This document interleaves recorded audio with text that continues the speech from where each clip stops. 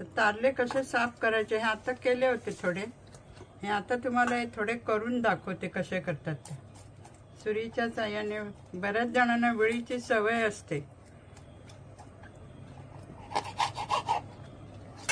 असं डोकं कापायचं आणि हे असं जोरात ओढायचं.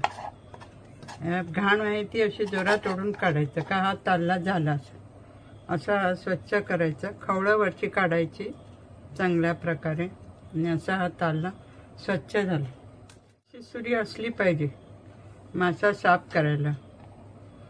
अशी सुरी असायला पाहिजे मासे सायला. अशी कर्व आहेत बघ, त्यामुळे काय जातं शेपटी चांगली कापली जाते. माशाच्या डोक्याकडे व्यवस्थित कापलं जातं आणि हे शेपटीकडचा भाग बोटाने असा घट्ट धरायचा. मग अशी खवळं काढायची.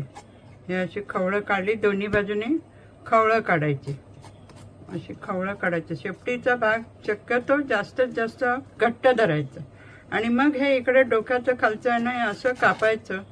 असं कापल्यानंतर हा असं आतडीचं पोर्शन घट्ट ओढून काढायचं आणि मग अशी शेपटी कापायची. त्याला कर्व असल्यामुळे हे व्यवस्थित कापून जातं. मग अंगठ्याने असं घट्ट धरायचं आणि अशी खवळं काढायची. अशी खवळं काढायची, अशी खवळं काढायची. अशी काढल्यानंतर डोक्याकडच्या भागाकडे इकडून अशी सुरी घालायची आणि असं हा जोरात धरायचं आणि हे असं काढून टाकायचं. ताजं असल्यामुळे एखादं सगळं एका ह्याच्यात येत नाही, जरा ओढून काढावं लागतं. असं काढायचं. पुन्हा एकदा दाखवते दुसरा बघा. असं बोटाने धरायचं आणि अशी खवळं काढायची.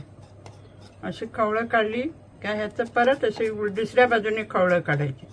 दुसऱ्या बाजूने खवळं काढायची आणि मग डोक्याचा भागाने डोळे आहे तिकडे, ह्या डोक्याच्या भागाकडनं असं जरा छेद द्यायचं आणि असं जोरात ओढून काढायचं. ती घाण येते त्याची आणि परत शेपटी कापायची. असा होतं बघा. असा हा ताल्ला साफ करायचा. दाखवते बघा. असं बोटाने धरायचं घट्ट आणि अशी खवळं काढायची.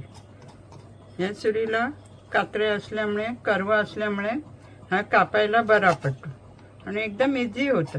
जरा आणल्यावर मग ताल्ले पाण्यात अर्धा तास ठेवावं लागतं. पाण्यात ठेवल्यानंतर खवळं एकदम ढील होतात आणि लगेचच काढून होतात.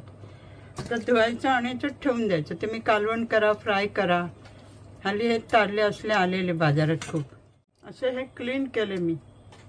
क्लीन केल्यानंतर असे पाण्यात घालून ठेवायचे. मग काय होतात, वरती जर खवळं असली तर निघून येतात. असे क्लीन करायचे मासे. अशी आतली घाण पण येते इथे हे बघा.